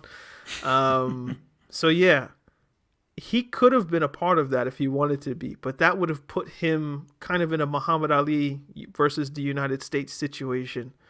And I don't think he was willing to do that. So he could have been a greater, I don't know, like he was a great social figure, but he could have been more for black people or Afro-Brazilians more specifically. No, I think outside of just the optics and like we have somebody to look at and aspire to, kind of like a Michael Jordan, what that does for people's self-esteem. You could have been bigger for your people, but you chose not to do it because of the consequences, which I understand considering a military government and the complications and ramifications of going against one of those. But yeah. It's easy for me, like the whole. I've always had issues of Pele, the ambassador, the statesman, and Pele, the guy. So I've always come at this from a footballing point of view. Pele can never be what Muhammad Ali is, because Muhammad Ali was really special. He was like the full course meal, And in Muhammad Ali, that is a rare entity. That Muhammad Ali was, there are very few people that are like, yeah, I'm going to excel at sports and I'm going to do the right things outside of my sports. I'm going to be much more than a sportsman, and I'm fully aware of things that are happening. Obviously, it helped that he was obviously close to Malcolm X and so forth. Obviously, giving some pointers, this is how the world operates. So, I'm not going to put that on Pele. So for me, like, we can't expect every great sports person to be the Muhammad Ali. We just can't expect that. Pele, he is who he is. And he is what he is. Okay, so that's there. One point I wanted to raise, though, about this, specifically this, is I think Pele is the reason why he's made things problematic with Messi and Cristiano. Because I was watching First Take, and you know, in First Take, it's normally like American sports because it's an American show, and very rarely they talk about soccer. You know, so they're just talking about football now and everything. And turn the channel. Yeah. So, but just that the first name that they say, like the first name that comes through Stephen A. Smith, is Pele, and that just sort of resonated with me because I'm like, the reason why they say Pele isn't because of Santos. It's the World Cup, and because he is so synonymous with the World Cup, and it is what it is. Like, we have disputed over 62, but he has those World Cup medals and he did play. So you could argue that, yo, bro, I was involved in 3 World Cup wins. And because he was the first, football's first global superstar and was such a prodigy, and he did it as a 17-year-old in 58, and he then returned to do it as a 29-year-old. Like, it's almost like a perfect story where you do it as this prodigy at 17, and they say, oh, you thought I was done. Yeah, I'm going to say what's up again when I'm 29.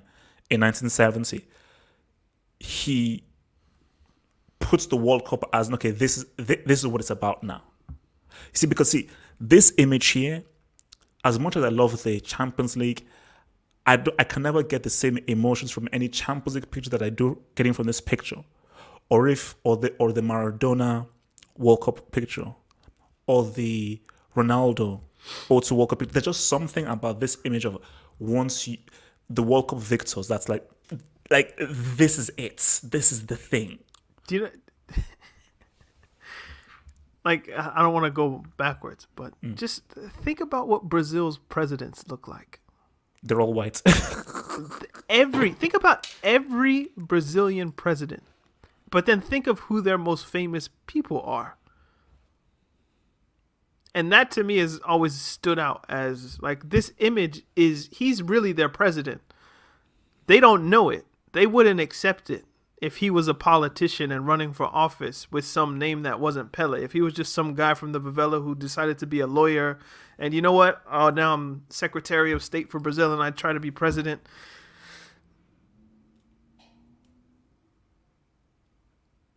Yeah. Makes sense. So it's the idea that, like, they don't know that he's their president. They wouldn't accept a person like him as their president because the voting record for the past however many decades tells us such. But really, he is their president, or he has the capability, like, just in their mind, like, he's what they think of when you think of that country. That's what you think of. So for me, that's like it's a special story, man.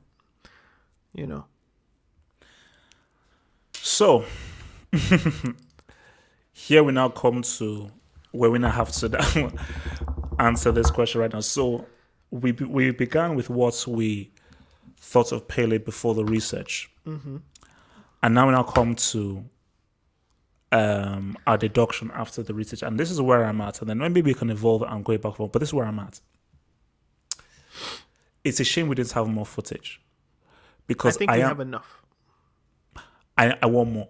You see, basically, I'm an eye test merchant and so forth. So I wish I had one. But here's the thing: that you see, you almost have to train your brain.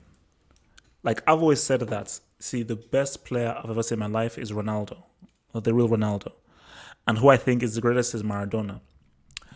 But this is where you've got the deliberation. Is people say, "Oh no. Just watch the footage. Is he good? No. But Pele is one thing where, no, you can't just watch the footage. You've got to take everything into context. Because Maradona, Messi, Zidane, when they were 23, 24, everyone was 23 and 24. So they arrived at the right time as everyone. Because here's the thing.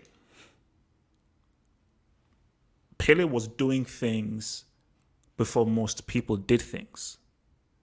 So if you look at step over, volley, weaker foot, chipping the keeper from outside of the box, little dink play, nutmegs, bro. The amount of nutmegs I've seen him do. Nutmegs. So basically, but that's a futsal skill. That's That's something you learn in the cage in the street because I need space. So basically, see, that is why the how good is he really thing is strange. For Pele, it should almost be how great is he really thing. Because if we use the word good, it's very much a subjective, maybe eye test thing. Because if we use the word good, it's well, no. See, have hope. Okay, but no. So if you do the how good is he thing, it's like, okay, this is football. So this is how I feel about football and everything. So okay, let me look at your footage. Let me look at things footage. So almost like as if like I'm a coach, and this is who you pick for the team. This is who's in your subs. Okay, boom. I want you. Okay, you on the bench because I think you're this good. You're this good. You're this good. You're this good. But I think when you look at the Pele story and everything, it is a combination of the good and the great. Because this 16, 17-year-old, that is a good and a great thing. Because the guy was damn good. Because that guy was doing crazy things. But to be so far ahead of your time at that age is crazy. And this is the key thing. And this is something that you've brought up as well. Why? Basically, jazz. What I say, jazz. Go back to the 50s and the 60s, and whenever, when jazz and blues was at its peak. I got you. These white guys were like, they are niggas. Davis, bro. Wow. Yeah, see, for these guys, they're like, look, we hate these guys, segregation, and we view them as niggas. As a human being, you cannot deny when you like something. Even if you hate the person that is doing it, you can't deny your love for it. So those white people, the NFL and the NBA in 2020 are examples. Yeah. So basically, so those white guys who are in that jazz bar and so forth, who use the word nigger frequently, don't like black, would never break bread with black people, not allow them anywhere near their home. But they'll they love lift up Pele though on their shoulders. Yeah. But see, they will love the music and so forth. So I think the thing with Pele is, most of those guys that were prominent, they probably use the word nigger and racist, but when something is good, you can't deny it. So these guys are like, bro, my human brain cannot deny when I'm seeing something that's just flipping amazing. So if all these white guys at that time are saying, bro, this is the craziest thing I've ever seen in my life. And then even it must have been the craziest thing they saw. Yeah. So even if you've not seen Messi, for me, Messi's white. Let's keep. Okay, yeah. I'm going there. I'm going. Most obvious bar of the night for me. Messi is white. See, people say, no, Messi. Oh, he's South American, he's Argentine. No, he's white because Argentines are Italians. is what they are. So it would be fits the narrative for Messi to be the face of football. Hence why they're trying to make Messi the GOAT. Hence why they needed 2014 so much, because they know that they need that World Cup because of Pele. See, Pele has ruined things for everybody. Because what they want so much was, see, the story was Messi, just win this World Cup so we can get this nigga out of here. Just win so we can get this dark-skinned dude the fuck out of here. I don't know if it goes that deep, bro. I'm going here. So this is where I'm going. I don't think it goes that deep. So because that messed up, it still goes back if it's that deep, I think it's on a subconscious level. Oh, no, subconscious. I don't think people are thinking like, man, Pele, man, this black guy. We gotta get him out of the paint, man. It's like a Caucasian subconscious thing. But I just think that for Pele, you have to take into account what he was doing at the time he was doing it. So we will never understand because we are looking at this through 2020 eyes. Yeah, see, I think you're right where you go, you have to train your brain. Whenever you go back in time, you have to train your brain. Whether it's 10 years, 20 years, 30 years, 50 years, 60, 70, 80. You have to train your brain to, if you're trying to critique a player, like you say, how good was Pele really? Then everything has to be relative and contextual.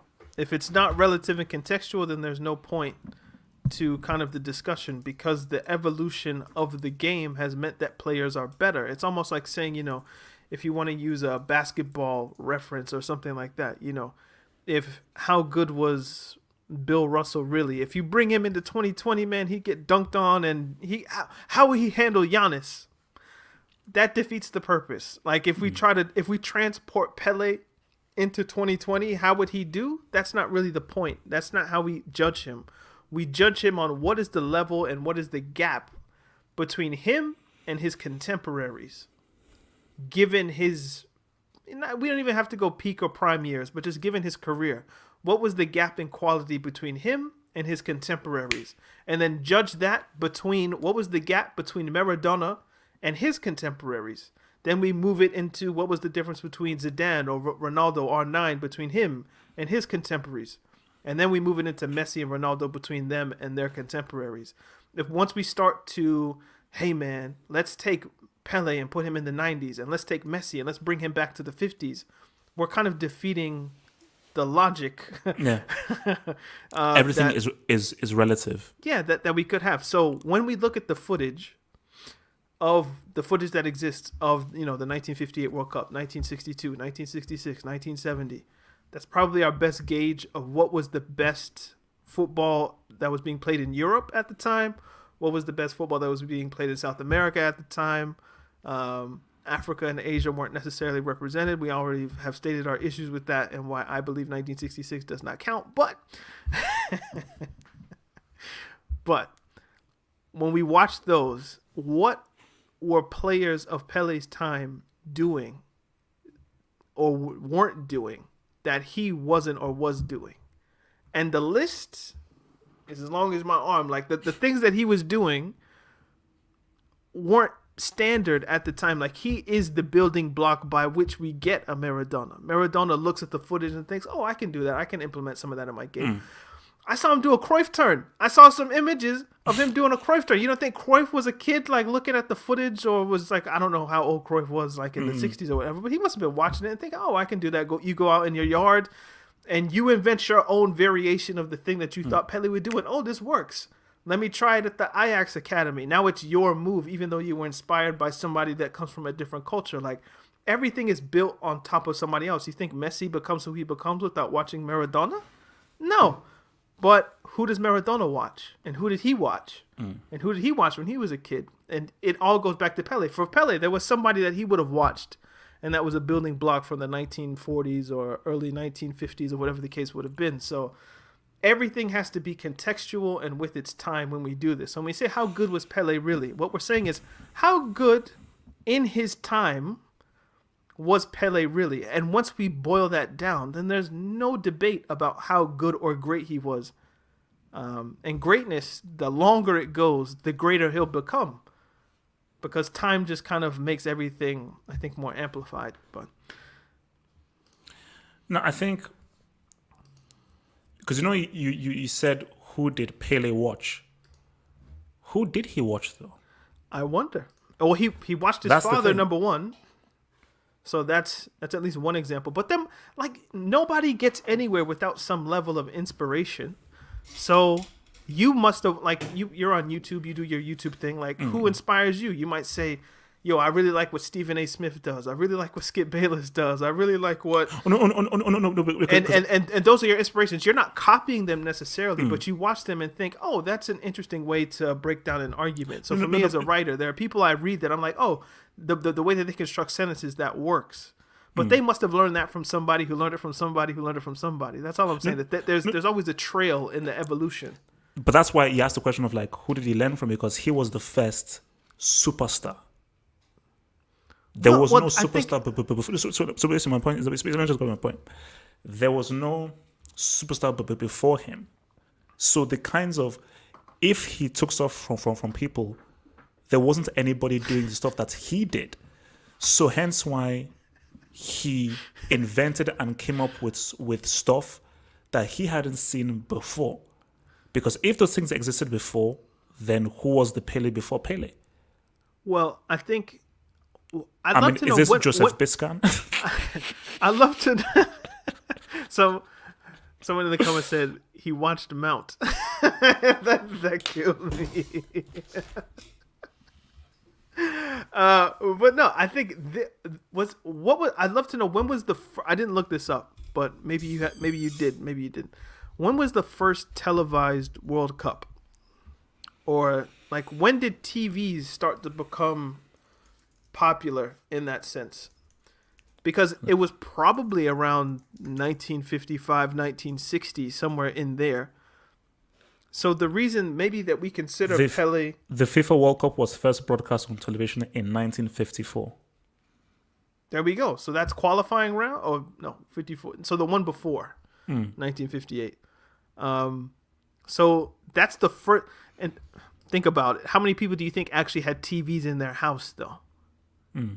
I think there's a reason why the 1970 Brazil team is considered to be the greatest in the world. It's because that's the one where Brazil was at a good level, at a great level, had great players, but also the world had developed to a point where most people at that point probably had a television set. By the 70s. So, what I'm saying is the footage that could have existed of players that played in the 30s, 40s after war, whatever the case would have been, early 50s, that might not exist. The players that would have inspired a young Pele. It's just radio. And then obviously he has his own sauce that he brings to it, you know? We didn't even get into the ginger style of play that incorporates all of the African aspects, which if you watch the movie that he produced about his like early life, that was pretty big into it. Like the whole spiritual aspect of, you know, just what Africanness brought points to his game. So thank you for reminding me. And I actually had it written down. Nigeria. So Nigeria had a civil war. In the 60s, I think it was 69. You would have really been mad at yourself if you forgot. I would have been. No, I had it freaking written down. I had it written down. I was like, so yeah. So basically, Nigeria had a civil war. I think, and I believe the year is 69. So basically, Nigeria got their independence October 1st, 1960. So, of course, people know of the Biafra war that my mom pretty much knew about and was embroiled in between the different tribes. So there was a civil war happening in 69. And this civil war was stopped because Nigerians wanted to watch Pele play. So Pele played an exhibition where his team played against, I think it's called this Stationery Stores FC or something like this Lagos-based team in Lagos. And they stopped the civil war to watch Pele play. But then it then carried on for like another few years afterwards. So I say that because does any player right now have the ability to stop a civil war where you're dealing with someone that is of such magnitude, that is so big and is such a sight to behold that people say, bro, what's Pele's going to come and watch? Bro, okay, look, we can shoot you tomorrow. For tonight, let's just watch this dude play. So for me, that was just spoke of the kind of power and influence they had that he was able to stop a civil war just by showing his talents, man. What are you going to say? Hold on. What are you going to say? Don't worry, guys, I will take your shots afterwards. I'll take your chats afterwards. We're just rounding off. Oh, yeah, I knew you were going to bring that in. Drogba. He has the power to stop a war. only for a few years, you know, they started fighting back again, but you know, it stopped for a while. But you know what's interesting is, okay, Drogba is Ivorian, so his credibility to Ivorian people would kind of make sense as like the leader of the Ivorian team. The fact that Pele is an outsider, totally outside, probably didn't speak English that well in 1960, speaking Portuguese. But the fact that an outsider is coming to visit, and that's enough to stop it. I think that's a deviation that we have to consider. And I remember, TVs are not really that so widespread, and they wouldn't have been that widespread in Nigeria. Listening. So just by radio and just by that, people are like, oh my gosh, who is this guy that? Because it would almost be like this mythical figure that people are talking about. Do you know what's, okay, a lot of the myths and legends that we have today, I feel like they're fake, or they're not fake, but they're manufactured. So the cult of Ronaldo is a Nike invention. Messi is a Adidas invention. Jordan is a Nike invention. Tiger is a Nike invention. Serena, to an extent, is a Nike invention. Ronaldo, R9, was a Nike invention. Oh, yeah. Nike, like the branding. Ronaldinho, the same. Did Adidas? I'm sure they existed, but who was Pele's guy? I think he's Puma, right? Was he Puma or whatever it was? did they have like the mythological center worked up yet to where, we're gonna put him in radio adverts, commercials? Maybe they did. Did Pele have his own signature boot? I'm sure he did. Oh, But yeah, he must have. to the level and scale of like what happened in the 90s, when obviously we get internet and all that kind of stuff, like the myth making that he was able to construct just based off the mediums that were available, it adds another level to just like, wow, like how good was he? Must have been. How good was insane. he really? Yeah, it begs the question, like, and not in a diminutive or diminishing sense, but the grand sense, like how great or good must he have been? He must have been levels. Like, it's you think of, like, I brought up religion earlier, but like we don't have to get into the religiosity of Jesus Christ. But how cold must that guy have been to where they decided we're willing to die for this guy, or the story that we've created about this guy? He must have been on another level. So Pele is that, like, when I think like, how good was Jesus really? Like, that's the ultimate. How good was Jesus Christ really? That's coming to you next week, though. But Pele is like that too, where it's just like, at least we have footage of the guy. Like, we don't have footage of Jesus, not yet anyway. But it's just like he must have been like just the guy. Next level. So, guys, let me just take some of your chats that you sent him. So, Natsa says, your boy Uncle Mo is finished. Dinosaur finito. Oh, Natsa, thank you for bringing that in. What's He got a point. a lovely what's a lovely comment. I know he's not finished. He's still the GOAT. 2010. Kevin K says, thoughts on Harden to the Brooklyn Nets. He'll still fail. He'll still flop, as he always does. And Joseph Balinsky says, Stanley Matthews was the main superstar before him. Stanley Matthews is an interesting character. Do you know about Stanley Matthews? I've heard of the name. I watched a documentary about him recently. And he's interesting because he played into his 50s. So, like, because remember we had a conversation earlier about sports science. And even I brought it up with Pele to an extent where, him avoiding injury for like such a sustained period in the style of play that he had was quite interesting. Or like, I don't know. I'll laud him for it in a sense. And it shows how good he must have been cognitively to avoid injury. Stanley Matthews was a player that his peak would have been World War II. But because of the war period in England, he missed a lot of his career. But he was a wide player that played for Stoke and Blackpool.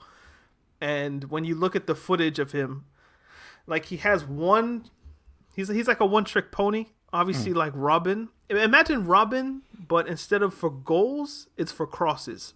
Oh.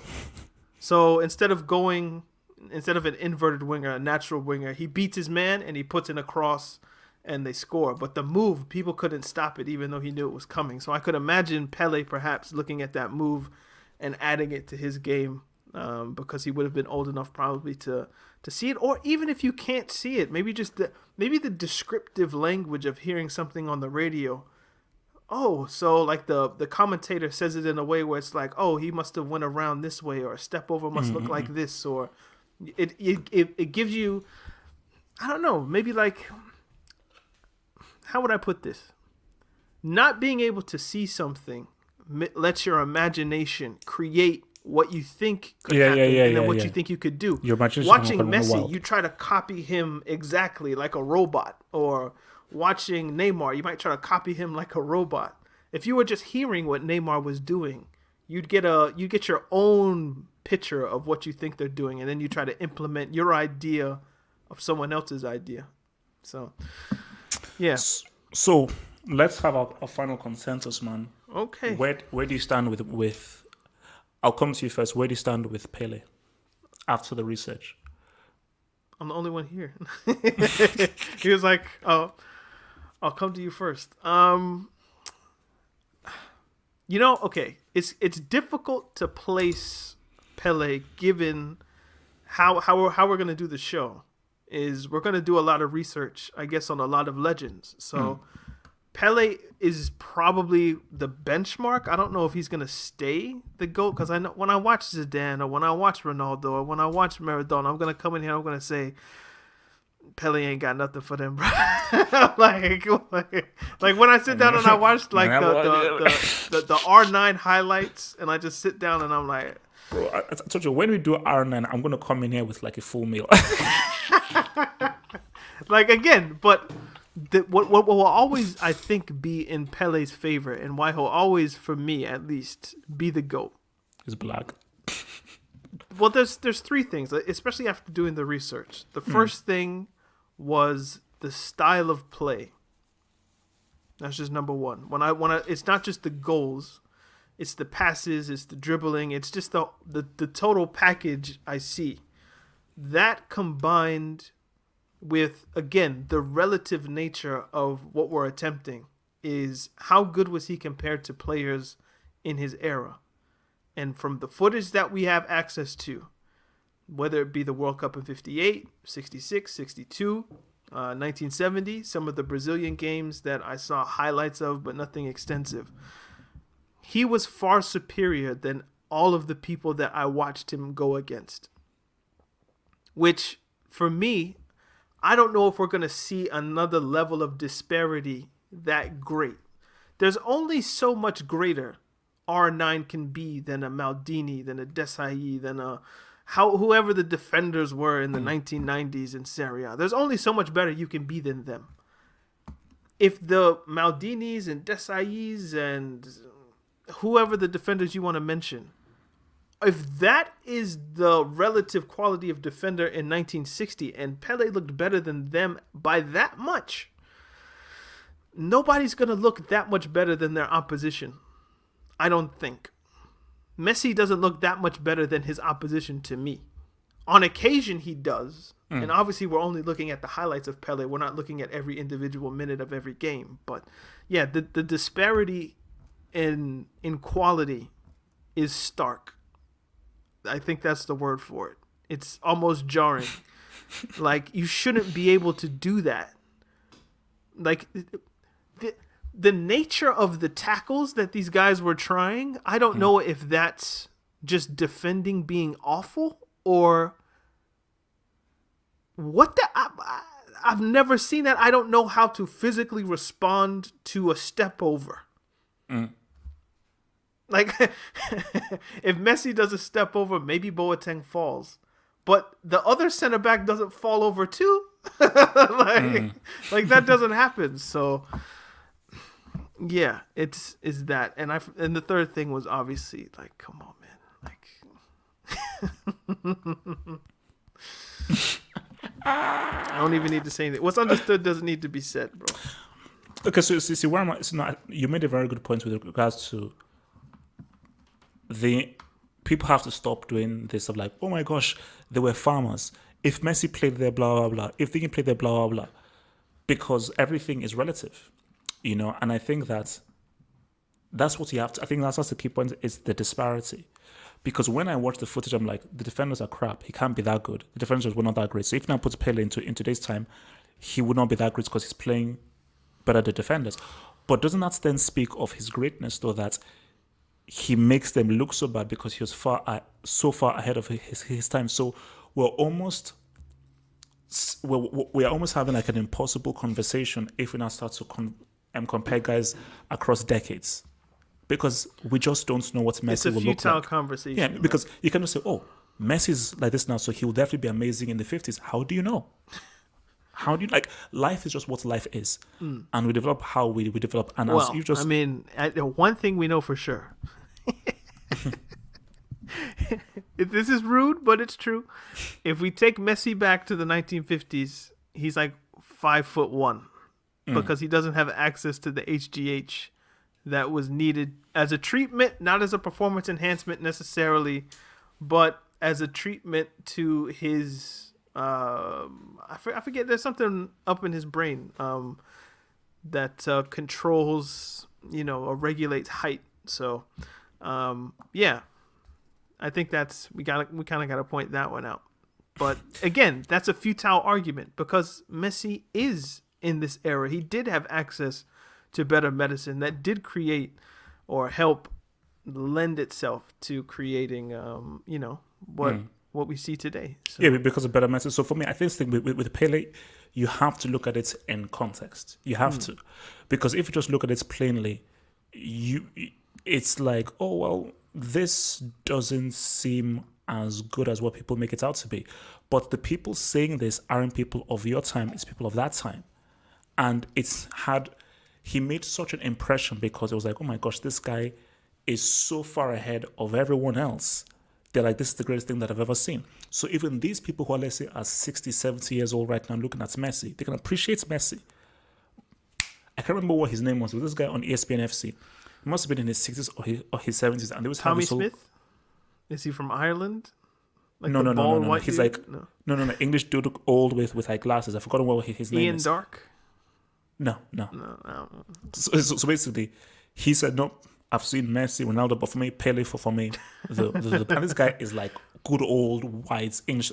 So my thing is that it doesn't matter who you show to any 70-year-old, because for that 70-year-old, when they were 16, 14, 13, 12, that's his hero. That's his superhero. Pele made on them can never be superseded, because this guy was like doing things that no one had ever seen before. So he's like, yo, I saw step over, overhead kick, chip over kick. Yeah, I saw that in the 50s already. So Messi, Ronaldo, Neymar, they're not doing anything that I didn't already see a guy do, a 17-year-old do in the late 50s or the 60s. So by that virtue, it's about context. Do you know how, like, kids these days, if you give them like a PlayStation 1 or a Nintendo 64 or something along those levels, they'll take it and they'll say, these graphics, like, how can you play that? Like, the graphics are trash. There's no HD. Like, what are these graphics? I can't, like, it's trash. It's rubbish. Like, they don't find the enjoyment in the beauty of just what the game is, because it doesn't look like, 4K Xbox That's the one. One. Yeah. Paul Mariner. Yeah. I think that's a lot of what we see today, where a lot of people can't get past, the black and white, the graininess, all that kind of stuff, but just in perception as well. Because it doesn't look like what I'm used to, everything has to be compared to what's new and what's best, and that's this era. But you lose, and I understand how that happens. Like, I understand how, like, a 5-year-old would look at PlayStation 1 and be like, I'm not playing that. It doesn't look good to me. But there are great games that are some of the greatest of all time, that are Nintendo 64 games, that are PlayStation 1 games, PS2 games even, like, that don't look visually appealing, but if you play them, like, the gameplay is better than what we have now. Oh, yeah. So in some instances, you just have to kind of take your mind back into the child that would be in 1997, and what enjoyment would he have gotten from that game, considering that game was the best at its time that had ever been invented. And getting people to do that is tough, I think, because you're dragging them. Let me take you from 2020 and drag you. How many years is that now? I'm really bad at math. Like 60 years? Yeah. Physically drag you. Oh, I forgot I'm using my mic. I'm sorry. It's going to be mad noisy. Let's take this book. I'm taking you 60 years back in time. That journey is not easy for people. So, I get it, but it has to be done if you want the debate to be correct. Basically, it's so good you brought up that video game example. Obviously, I don't know, you're not really like a gamer, but a perfect example is Zelda: A Link to the Past, which came out on the SNES, and Ocarina of Time, which came out on the N64. If a 16-year-old looks at that game now, they're like, what kind of brickery is this? But playing that game in the mid-90s blew my head over. And playing A Link to the Past, like, you can go out, it's in 3D, you can travel. Or for instance, a 16-year-old looking at GTA 3, they'll be like, man, they won't get it. Vice City, they won't get it. Bro, no. Maybe not even San Andreas, they won't get it. Bro, GTA 3. When in 2001, when you stepped out into the city and you played that, it is the most mind-blowing experience I've ever had in my life. But see, you have to understand that. That for you is Paul Mariner watching Pele in 1960. That's his blowing the mind. So nothing you invent today will ever give you supersede that that. moment You're not giving out again. that feeling. So No, because again, it's like GTA 4 is a technically better game. I'm sure GTA 4 is a technically better game, but playing GTA 4 is not the same as when I played GTA 3 for the first time. Because it just had because I'm like, oh, I've never seen this before. but you're never going to get a little kid now to sit down and play that, I don't think, unless they're special.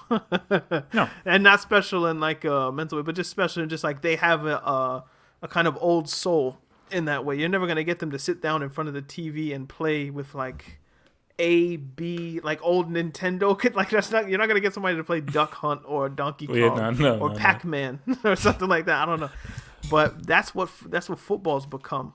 Is people won't take their minds back. It's everything has to be judged with the contemporary. But if you do that, you lose something. I can't put my finger on it, but the je ne sais quoi of football in a sense. So guys, look, man, that is all from us. So this is the first of How Good Was He Really series. So guys, remember, if you're in here, remember to join and subscribe to our Target Tactics YouTube channel. The link is in the description box below. Pele's 80 years old, so I don't know if we're gonna have a full discussion about him. I don't want to put any ill will in the world, but you kind of see where I'm going. So if I could just give him his flowers just quickly, because we've done a lot of analyzing and just like looking back, but Pele's never gonna watch this. But if you're watching, hey, man, you see, how inflated do you think Pele's ego is? Do you think he needs me to tell him, like, bro, like, you're the greatest, you're the GOAT, like, nobody's ever going to be better than you, relative to your time? This is what which we'll get to in the whole Maradona thing. Because I think for Pele, every single day he is told, you're the greatest, you're the greatest. He's giving his flowers every single time. Yeah. Almost every time I see players who've spoken to him, they're like, oh my gosh, Pele, he's this. So he knows. So he knows. Hence why he doesn't even have a personality. Like he's like a statesman because you're told every day about how great you are and you're to these events. Maradona, on the other hand, will get there. but just publicly, Pele, you're the GOAT. Trust me. This is the first entry into this. I can't see myself putting somebody above him. We'll have the discussion. It's almost like when we did the hip hop thing and we started out with Illmatic. Yeah. You're not gonna put anything above Illmatic. Because nothing is better than Illmatic. And I feel like that's kind of how I feel about Pele. Okay. But who knows? Maybe some research. Again, the Zidane one's gonna be tough. I know it's gonna be tough because the Barthez is gonna throw the ball. It's gonna be against Denmark. He's gonna see it and he's just gonna clip it and turn, and I'm gonna be like, who was doing that at the time? Bro, I told you when we do the R9 thing, because it's one video, impossible technique. But look, this is about Pele. We'll get it. So guys, we will. So I think 2 weeks time is our next one, isn't it? Who are we doing next? Maradona. Maradona. Okay. Yeah. All right. So we'll be back. Do you know what? Let's get through the horsemen. Yeah. And then we let the people decide, or we choose a list, and then the people decide from our list. This is the rule: you have to have retired. You can't be an active player. I agree. So you have to be a player who was retired, who is considered to be a legend, or who See, we will decide. And then the people will vote from our they'll never do. But the kids, they have to have retired. You have to retire them and then give them the things to vote for. All right, guys, that was fun, man. Yeah, no, so it was a nice deep dive, man. Basically, we're bringing some order to this here. So guys, remember, Talking Tactics, man. Subscribe to our YouTube channel. Link is below in the description box. Go on Twitter, and we're on Talking Tactics. If you look that up, follow us over there. SoundCloud. If you want the podcast every Tuesday, we released a podcast yesterday that discussed, I think Hazard was playing in the snow. We talked about that. We discussed Antonio Conte. Is Antonio Conte fraudulent? Have Hope had some thoughts about Barcelona. There's some stuff about the Premier League and whatnot. The magic of the FA Cup, whether you believe that or not. So Apple Podcasts, Google Play, Spotify, any podcast app, really. It's an hour plus conversation. So I encourage everybody to check it out. Also remember to subscribe to the channel, both Have Hope's channel or Have Hope's channel and our channel as a whole. Talking taxes, man. So yeah, hey. And we want some comments from you guys too. Not just shout out to the people in the live chat, yes, and all that good stuff. But, give us your thoughts. Put some comments below, and do you disagree? We'll be in touch, no doubt. So, how good was Pele to you, or how good do you think he was? Maybe people will have some different answers. But all right, guys, peace out. Stay true.